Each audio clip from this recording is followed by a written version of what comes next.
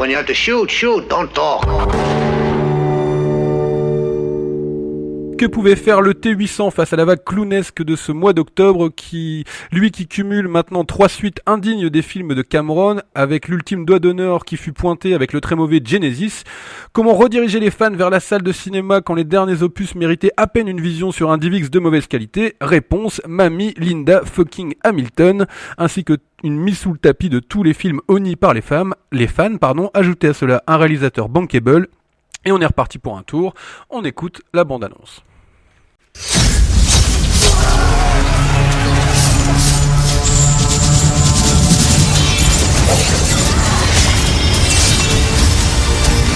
When this is all over, I am going to kill you. I understand.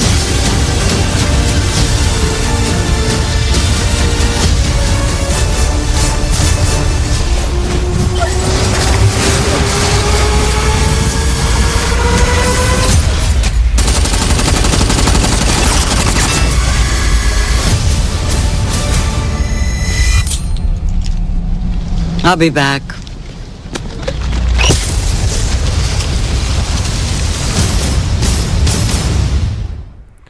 Voilà, et au casting on retrouve Linda Hamilton, Arnold Schwarzenegger, Mackenzie Davis, Natalia Reyes et Gabriel Luna, et le tout est réalisé par Tim Miller, le réalisateur du premier Deadpool. Qui veut commencer pour ce Terminator 6 ou 3, on sait plus trop. Alors je vais commencer pour dire que j'ai pas pu le voir et je remercie chaudement Uber que j'avais commandé pour aller en salle et qui ne s'est jamais pointé, qui ne m'a pas prévenu parce que le monsieur a eu un pneu crevé et n'a pas senti bon de prévenir le client qu'il ne viendrait pas. D'accord, donc merci Uber pour la sauvegarde de ta culture cinématographique. Exactement. C'est peut-être ta belle étoile qui t'a Je pense que c'était un épargné bon 2 heures de souffrance. Merci Abdel Jalil, ça sera 5 étoiles. Bon alors, qui veut commencer? Aurélien, vas-y, oui, très bien. Ça va être assez rapide parce que en fait, je trouve que c'est un film parfaitement inutile. C'est-à-dire que pourquoi pas effacer tous les films post T2. On fait une remise en contexte. Du coup, il considère que toutes les suites après T2 n'existent pas. Exactement. En fait, finalement, c'est pas vraiment un T6. C'est un T3. C'est ça. Et du coup, donc voilà, pourquoi pas sur le principe, mais si c'est pour apporter quelque chose d'intéressant, une vision d'auteur, quelque chose de nouveau, voilà, là pour le coup c'est sensiblement un copier-coller du scénario de Terminator 2, voilà, mais en moins bien, en beaucoup moins bien forcément, n'est pas James Cameron qui veut, voilà, j'ai envie de dire ça se regarde sans déplaisir mais sans plaisir non plus.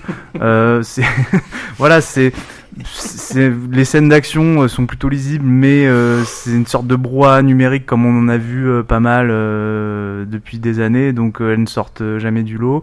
Il y a du fan service un peu dégueulasse par-ci par-là. On l'a entendu dans la bande-annonce, le fameux I'll be back. Je trouve que le personnage du Terminator de Schwarzenegger est vraiment inséré au forceps dans l'intrigue et à l'arrivée n'a rien à faire là.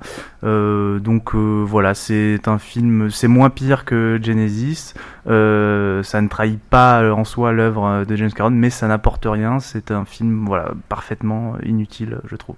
Bon, c'est un bon résumé. Sylvain? Je vais partager encore une fois le même avis qu'Aurélien, en étant un petit peu plus virulent, sachant que moi, quand je suis sorti de la salle, j'étais très énervé. J'ai trouvé vraiment le film, j'ai vraiment l'impression de m'être, qu'on m'a vraiment pris pour un con. Après, voilà, en étant vraiment fan des deux premiers films, pareil. Attendre 20 ans pour ça, c'est pour ma part une énorme frustration. Enfin, j'ai trouvé que là, James Cameron, toute la com autour du film, voilà, le retour de James Cameron, production James Cameron qui co-signe entre guillemets le scénario, etc. Enfin, tout était labellisé pour que voilà le film, le produit entre guillemets soit de qualité. Ouais. Cameron fait la pub quand même pour tous les autres opus. Il a fait la même chose pour Genesis, mais là bon, ça sentait plus du foutage de gueule qu'autre chose. Mais là, je trouve aussi qu'il s'est bien foutu de ma gueule. Si on parle juste de l'objet en lui-même, Donc effectivement, ça n'apporte strictement rien de nouveau. Moi, je m'attendais à quelque chose je m'attendais à vraiment une boucle. On termine en fait cette trilogie. On réussit à clôturer ce scénario avec tout ce qui se fait avec le personnage de John Connor, le retour de Linda Hamilton en plus dans son rôle, dans le rôle titre. Mais qui reprend son rôle de badass de Terminator 2. Sarah Connor, effectivement. Mais voilà. Ça n'avance pas. Le film dure un peu plus de 2 heures. J'ai vraiment peiné à tenir le coup pendant ces deux longues heures. Aucune scène d'action ne m'a transporté. Je n'ai ressenti aucune vraiment poussée d'adrénaline ou de stress. Je te trouve dur. Non, je suis sérieux parce qu'en fait, je trouve que le film, en termes même d'action, il y a eu quand même mieux. Et il y a eu largement mieux, plus galvanisant. Là, tu te dis, il y a quand même énormément d'atouts, surtout que le film, quand même, je pense, a coûté un sacré paquet de pognon, et de l'action excessivement surchargée en numérique, que je trouve toujours très illisible. Cette fameuse scène d'affrontement, entre guillemets, dans les airs, avec les 2 avions, avec le char d'assaut, etc., les parachutes, c'est totalement incohérent. Ça va dans la surenchère en termes toujours plus loin, toujours plus haut, mais sans aucune cohérence. Il y a aucun, je n'ai eu aucun stress, aucune peur pour les personnages principaux. Après, cette volonté de vouloir toujours démystifier certains personnages, donc j'ai peut-être pas spoilé, mais bon voilà, ils essaient de faire des renouvellements de situation pour renouveler au final une nouvelle histoire, d'où en plus ma frustration, parce que là je me dis finalement il ne clôture strictement rien. Et alors, un petit peu énervé. On peut d'ores et déjà dire que James Cameron a annoncé que si le film marchait... Voilà, il lance une nouvelle franchise en fait. Voilà. Il va lancer une nouvelle J'ai pas vu les premiers résultats au box-office. Je ne sais pas du tout ce que ça donne. Je sais pas si le film fonctionne, je pense que le film sera rentabilisé quand même, il y a énormément de personnes qui attendaient ce film. Ensuite, la seule bonne idée. Moi, j'y suis allé vraiment par hasard. Par contre, je me suis dit, moi, j'y suis allé. Moi, j'y croyais pas trop. Voilà, c'est ça qui est triste, c'est qu'en plus, j'y suis allé comme vous, sans trop y croire. Mais j'y suis quand même allé pour me dire, je peux être surpris. Et en fait, je n'ai pas du tout été surpris. La seule bonne idée du film, en ce qui me concerne, c'est vraiment le personnage féminin, donc de Davis Mackenzie Davis, qui c'est la seule bonne idée du film. J'ai pas trouvé le personnage de Sarah Connor hyper développé, voire parfois, je trouvais que on frôlait la caricature du personnage torturé avec des motivations un peu moyennes, et la grosse déception du Terminator, du T-800 quoi. Enfin là, Schwarzenegger, Schwarzenegger qui distribue des Coronas, je sais pas si on peut le dire.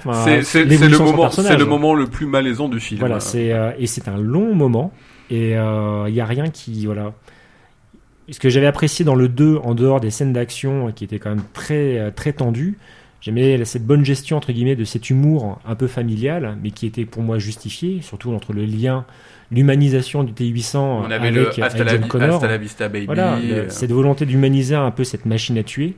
Là, dans ce numéro-là, l'humanisation est complètement caricaturale. Pour moi, elle n'a aucun sens, en fait. Et... on refait encore une énième machine ultime à tuer, le Rêve 6 cette fois-ci, qui a la possibilité de se dédoubler avec son exosquelette et cette partie plus T-1000. Je trouve quand même que Gabriel Luna tient bien le rôle. Non, l'acteur, je ne critique pas l'acteur. Je trouve qu'il avait ce bon physique. Il avait ce physique, pas similaire finalement à Robert Patrick dans le 2. Dans le 2, ouais. Mais dans l'inexpressivité, le côté un peu menaçant, ça marchait très très bien. Sympathique au premier abord. Exactement, Mais il y a des scènes qui pour moi étaient totalement incohérentes, surtout par rapport à la réaction de certains personnages environnantes à certaines actions, certaines situations. Et la réalisation, comme tu l'as dit, Tim Miller n'est pas James Cameron, et il y a énormément de facilité dans sa mise en scène sur des money shots qui sont pour moi un peu inutiles. Pour terminer, grosse déception pour ma part, j'ai vraiment été un petit peu en colère à la fin. Je dois être celui qui a le plus apprécié finalement le film. Moi, j'ai pas passé un mauvais moment, j'ai trouvé ça plutôt sympatoche. Je trouve que effectivement, en termes de cohérence, des fois c'est n'importe quoi, mais je trouve qu'il respecte à minima la mythologie de Terminator. Il y a la base. Il y a la base. Il respecte la base de la base. Ouais. Il essaye de refaire ce que faisait Terminator 2, c'est-à-dire un négatif de ce qu'était le premier film, donc il essaye d'en faire une espèce de contre-négatif, encore une fois. Même si ça marche moins bien, parce que je veux dire, on connaît déjà la recette, donc effectivement ça a moins d'impact. Tu peux pas passer après un film aussi immense que Terminator 2 en faisant la même chose tout en sachant que ça va être forcément moins bien.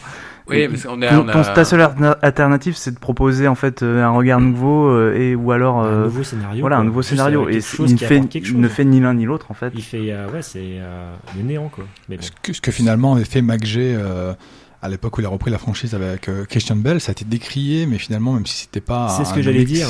Au final, moi j'aime bien le film. Moi justement, j'ai passé un meilleur moment devant Renaissance. Pareil. Que devant celui-ci. J'ai passé un meilleur moment devant Terminator 3 que devant Dark Fate. Mais Terminator 3 était, déjà, ce qui est marrant, c'est que Terminator 3 déjà recyclé le 2. Et là, ils essaient de recycler en s'axant sur d'autres idées comiques, d'autres. J'aime beaucoup la fin scénarios, de Terminator 3. Je trouve que c'est certainement la seule chose à sauver du film. Le fait qu'ils considèrent vraiment que ce soit une fin apocalyptique, quoi. Ouais, voilà. Mais est-ce que tu as revu Terminator 3 depuis sa sortie en salle ? Non, ça fait un moment. Parce que je trouve qu'à l'instar de Jurassic Park 3, qui a été décrié à l'époque et qui était vraiment pas très bon, face à Jurassic World, de Joe Johnston, donc qui a réalisé Terminator 3 justement. Oui, c'est ce qu'on. Oui, c'est ça. Il a effectivement réalisé les deux. Ce que je veux dire, c'est qu'à l'instar de Jurassic Park 3, qu'on peut maintenant bien réévaluer au regard de Jurassic World, face à ce qui est devenu Terminator derrière, Terminator 3 est peut-être pas si mauvais. Par contre, ce que je voulais rebondir juste avant dessus, alors déjà, une petite question. J'ai oublié de dire que Edward Furlong apparaissait dans le film. Est-ce que c'est une connerie ou non ? Alors, on va dire qu'entre guillemets, oui, non. Il apparaît. La question de merde. C'est le tout problème. Est-ce qu'on a le droit de. Ouais, c'est ça. Grand Manitou, nous autorises-tu à spoiler moi, si vous de toute façon, ça se passe dès le début du film, donc je vois pas trop où est le problème. C'est la première scène. Et pour moi, je pense que c'est certainement la meilleure idée du film, parce que ça permet de faire table rase de certaines choses et voilà. Et moi, je comprends pas pourquoi vouloir faire table rase. Non, mais je trouve que c'est intéressant par rapport au personnage de Sarah Connor. Mais effectivement, en fait, Edward Furlong revient, mais il ne revient pas en tant qu'adulte. Voilà, tu le revois en tant que gamin. D'accord, donc il ne revient pas en la fameuse doublure numérique. Voilà. D'accord, oui, donc totalement inutile. Et la seconde chose que je voulais dire, c'est est-ce qu'on peut en finir avec cette escroquerie de Tim Miller ? Parce que c'est un réalisateur qui est atrocement hype depuis Deadpool. Alors moi, je comprends pas pourquoi est-ce qu'il est hype finalement. Enfin, mais c'est ça, c'est que déjà. Deadpool n'était pas oufissime en du réalisation. Enfin, voilà. Je veux dire, il y avait Vas-y, Florian, continue. Si on regarde Deadpool, c'est un film qui se tient surtout pour son scénario et pour la prestation de Ryan Reynolds qui s'éclate en tant que Deadpool. Après, si tu regardes le film, moi, tout ce dont je me souviens de Tim Miller dans le film, c'est une scène finale laide au possible sur un parking. C'est très laid Deadpool. C'est absolument pas un bon réel. Il fait la même chose avec plus de Dark Fate est très laid, c'est soit jaune soit gris de toute façon, donc Deadpool était tout gris, mais voilà. Scène de nuit illisible au possible. Enfin bon. Ah oui. Alors après, moi là-dessus, j'hésite à savoir encore parce que je pense qu'on va dans les mêmes cinémas aujourd'hui et moi ça fait plusieurs fois que ça me fait ça sur des films et c'est pas que sur ce film-là, c'est-à-dire que dès qu'il y a des scènes de nuit ou des scènes sombres qui sont sur certains films qui sont des grosses productions, je ne vois quasi rien et je me demande à quel point ce n'est pas forcément la faute des films que la faute des salles qui n'ont pas mis à jour leurs ampoules et ça arrive souvent. Moi quand j'ai revu des films, je prends par exemple le Solo Star Wars Story qui était illisible au cinéma, quand je l'ai revu chez moi, les scènes sont tout à fait lisibles, donc je pense qu'en fait on a affaire à des productions qui travaillent aujourd'hui sur des écrans qui sont d'une très haute qualité et qui permettent d'avoir des noirs très profonds et beaucoup de nuances, là où aujourd'hui l'UGC dans lequel on va aujourd'hui ne met pas à jour ces... Il y a beaucoup de cinémas qui tardent à changer leurs ampoules pour des raisons, pour économiser de l'argent en fait. Donc ça, je sais pas encore si c'est le problème des films ou vraiment le problème des salles, quoi.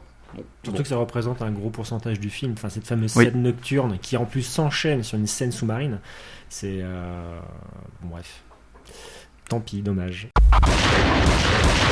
When you have to shoot, don't talk.